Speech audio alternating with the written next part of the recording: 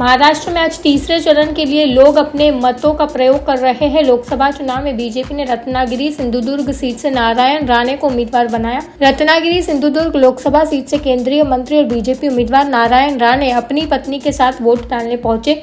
इस बीच उनका एक बड़ा बयान सामने आया। नारायण राणे ने कहा, मैं वोट कर रहा हूं, मेरी जीत आपकी जीत है। मैं आपसे अपील करता हूं कि मुझे भारी अंतर से जिताएं।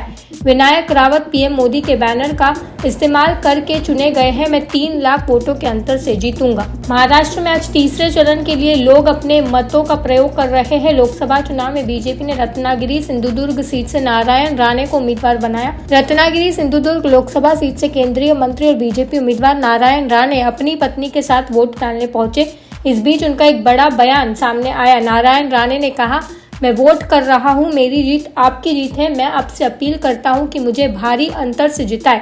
विनायक रावत पीएम मोदी के बैनर का इस्तेमाल करके चुने गए हैं। मैं 3 लाख वोटों के अंतर से जीतूंगा। महाराष्ट्र में आज तीसरे चरण के लिए लोग अपने मतों का प्रयोग कर रहे हैं। लोकसभा चुनाव में बीजेपी ने रत्नागिरी सिंधुदुर्ग सीट से नारायण राणे को उम्मीदवार बनाया। रत्नागिरी सिंधुदुर्ग लोकसभा सीट से केंद्रीय मंत्री और बीजेपी उम्मीदवार नारायण राणे अपनी पत्नी के साथ वोट डालने पहुंचे।